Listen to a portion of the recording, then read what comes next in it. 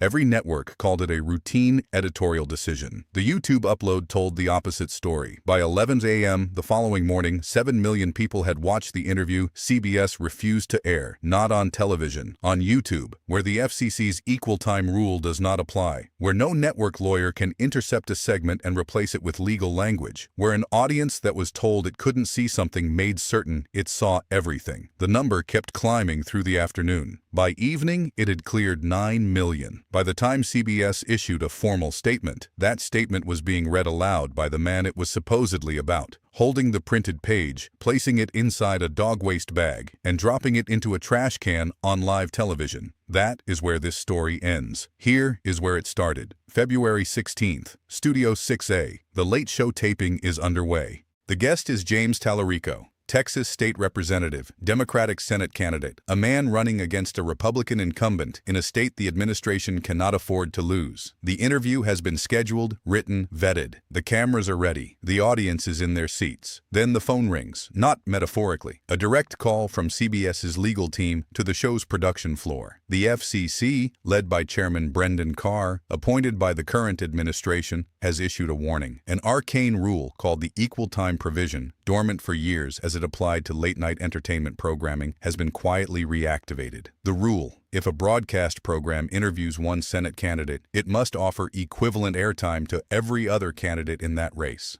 CBS has 3 candidates in the Texas Democratic primary to consider. The math is impossible. The interview, CBS tells the show's team, cannot air. The production assistant who had cued the segment's intro package later said she stood at her station for a full minute after the call ended, staring at the monitor showing Tallarico seated and ready in the green room. She didn't move the cursor. She didn't reassign the cue. She just stood there because she needed 60 seconds to understand that what had just happened had actually happened. Colbert is told. He absorbs it without comment. His jaw tightens once. He walks to his desk. Then he does something CBS's legal team did not anticipate. He tells the audience exactly what happened, not in general terms, not with careful lawyerly language about editorial decisions and regulatory guidance. In precise, factual sequence. The FCC warning, the CBS call, the order not to air the interview, and, delivered in a single sentence that the audience requires a moment to process, the additional instruction that he was also not permitted to discuss the decision on air. He says it anyway. Because my network clearly doesn't want us to talk about this, he says, voice flat, pace steady. Let's talk about this. A camera operator on the center dolly keeps his lens locked on Colbert's face without cutting. The floor director has his headset half on, the earpiece dangling against his collar because he stopped listening to the booth the moment Colbert began speaking.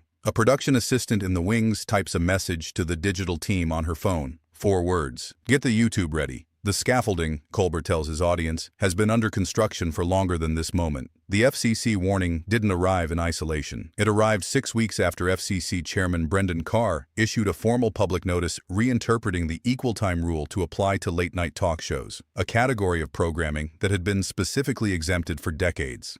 The timing of the reinterpretation, 6 months after CBS's parent company, Paramount, began regulatory proceedings to complete a multi-billion-dollar merger requiring federal approval. The timing of the CBS lawyer's call, 1 day after polling, showed the Texas Senate race tightening. He lines the dates up without editorializing. He lets them sit. The audience doesn't laugh. One man in the third row leans forward with his elbows on his knees. A woman near the aisle has her phone out. Not filming, not scrolling. Just held against her chest, face down, like she needs something to hold. Then a door near the stage right curtain opens. A former FCC Regulatory Affairs attorney walks out. She spent 11 years at the commission before leaving in 2023. She did not work on the Carr reinterpretation. She reviewed it publicly because it was her professional assessment that the reinterpretation was legally indefensible under the commission's own precedent. Her written analysis, published in a communications law journal 4 weeks before the CBS call, sits on Colbert's desk in a printed binding. The rule as applied here, she says, reading from her own document, has no basis in the Commission's prior interpretations. The entertainment exemption exists precisely to prevent the FCC from becoming an instrument of editorial pressure on broadcast media. What was described in Chairman Carr's January notice is not enforcement, it's leverage. Trump's Truth Social post from December, weeks before the rule change, appears on the screen behind her. The exact words, "Shouldn't their very valuable broadcast licenses be terminated?" Posted publicly, time-stamped, now cross-referenced against the FCC's January reinterpretation notice. The scaffolding doesn't hide itself. It's there in the dates, the sequence, the post that preceded the policy. The attorney doesn't speculate on motive. She doesn't have to.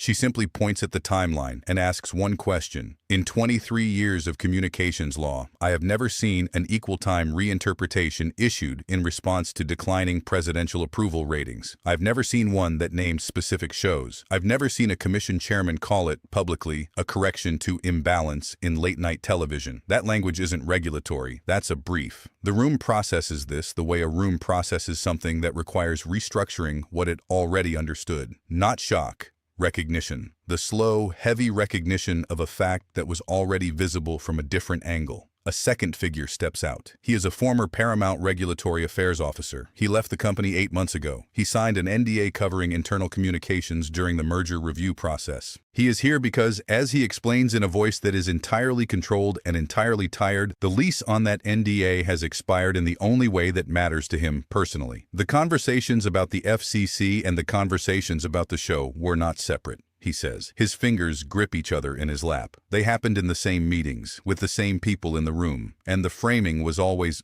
He stops. His throat works. He starts again. The framing was always that certain decisions about content would demonstrate the company's good faith commitment to a constructive regulatory relationship. Good faith commitment to a constructive regulatory relationship. He says it without inflection, the way a man says a sentence he has rehearsed because he needs to say it exactly right. Because if he paraphrases it, the weight might leave it. One person in the audience, a woman, center section, maybe 55, stands up. Her hands come together once, twice, 3 times. Not fast, deliberate. The person next to her stands. Then the section around them rises in a slow, spreading wave that is nothing like applause and everything like something that doesn't have a name in a television studio because it has never been needed before. Colbert doesn't stand. He sits at his desk with both hands flat on the surface and watches it happen. After 17 seconds, a camera catches the clock on the studio wall. The room sits back down.